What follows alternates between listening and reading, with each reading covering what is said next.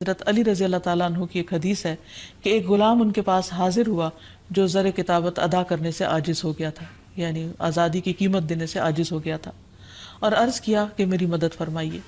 حضرت علی نے فرمایا کہ میں تمہیں ایسے کلمات سکھاتا ہوں جو رسول اللہ صلی اللہ علیہ وسلم نے مجھے سکھائے تھے، اگر تمہارے اوپر پہاڑ کے برابر بھی قرض ہوگا تو بھی اللہ تعالیٰ تیری طرف سے ادا کر دے گا۔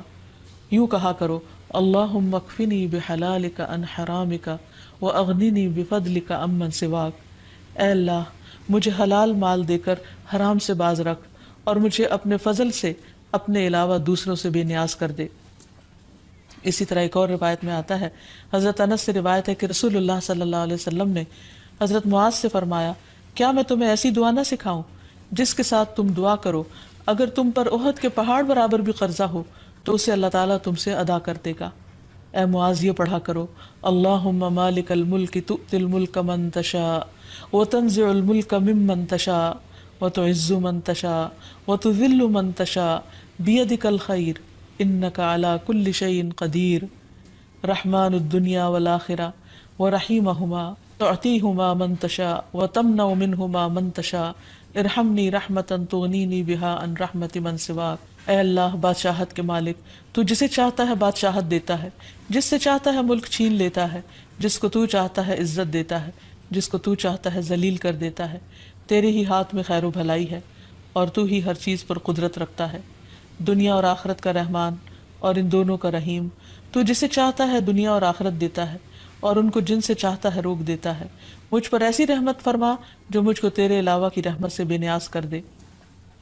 نبی صلی اللہ علیہ وسلم کی دعاؤں میں سے قرض سے پناہ مانگنے کی دعا بھی تھی۔ نماز کے بعد یہ پڑھتے تھے، اللہم انی اعوذ بک من المأثم والمغرم۔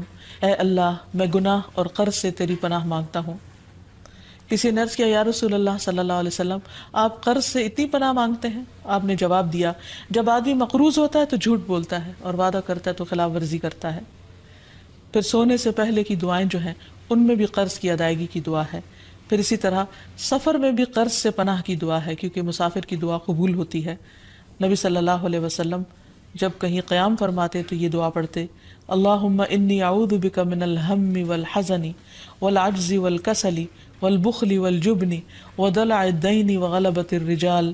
اے اللہ میں تیری پناہ مانگتا ہوں غم اور رنج سے، عاجزی سے، سستی سے، بخل سے اور بزدلی سے، اور قرض چڑھ جانے اور لوگوں کے غلبے سے۔ تو یہ ہیں وہ چند مسنون دعائیں جو نبی صلی اللہ علیہ وسلم نے سکھائیں۔ اگر انسان ان کو پڑھتا رہے تو قرض سے نجات حاصل ہو جائے گی۔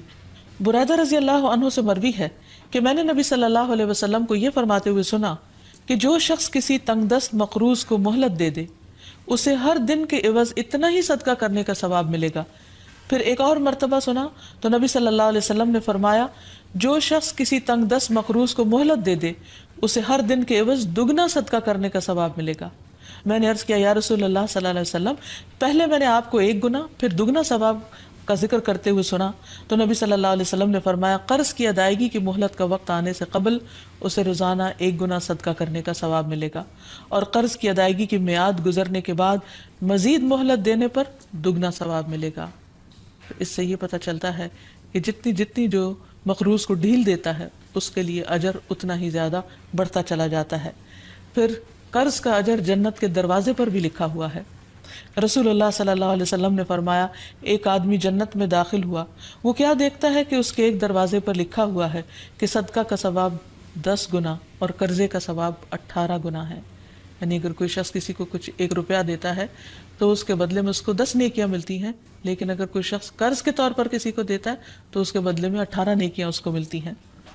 پھر اسی طرح نبی صلی اللہ علیہ وسلم نے فرمایا، ایک شخص لوگوں کو قرض دیا کرتا تھا اور اپنے نوکروں سے اس نے یہ کہہ کر رکھا تھا کہ جب تم کسی کو مفلس پاؤ تو تم اسے معاف کر دیا کرو، ممکن ہے کہ اللہ تعالی ہمیں بھی معاف فرما دے۔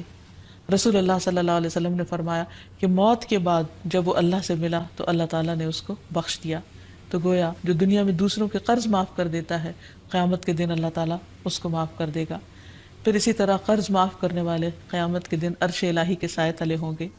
رسول اللہ صلی اللہ علیہ وسلم نے فرمایا، جس نے تنگ دست کو مہلت دی یا اس کا قرض معاف کر دیا تو اللہ تعالیٰ قیامت کے دن اسے اپنے عرش کے سائے میں رکھے گا، جبکہ اس کے سائے کے سوا کوئی سایہ نہ ہوگا۔ ایسے شخص کو قیامت کے دن کی سختیوں سے بھی نجات ملے گی۔ پھر یہ بھی ہے کہ جو شخص کسی کو قرض معاف کر دیتا ہے اسے قیامت کے دن کی سختیوں سے نجات مل جاتی ہے۔ رسول اللہ صلی اللہ علیہ وسلم نے فرمایا جس کو یہ پسند ہو کہ اللہ تعالیٰ اسے قیامت کے دن کی سختیوں سے نجات دے دے تو اسے چاہیے کہ وہ مفلس کو مہلت دے یا اسے معاف کر دے۔ اللہ تعالیٰ ہم سب کو ہر طرح کی پریشانیوں سے محفوظ رکھے۔ وآخر دعوانا ان الحمد للہ رب العالمین۔ السلام علیکم ورحمۃ اللہ وبرکاتہ۔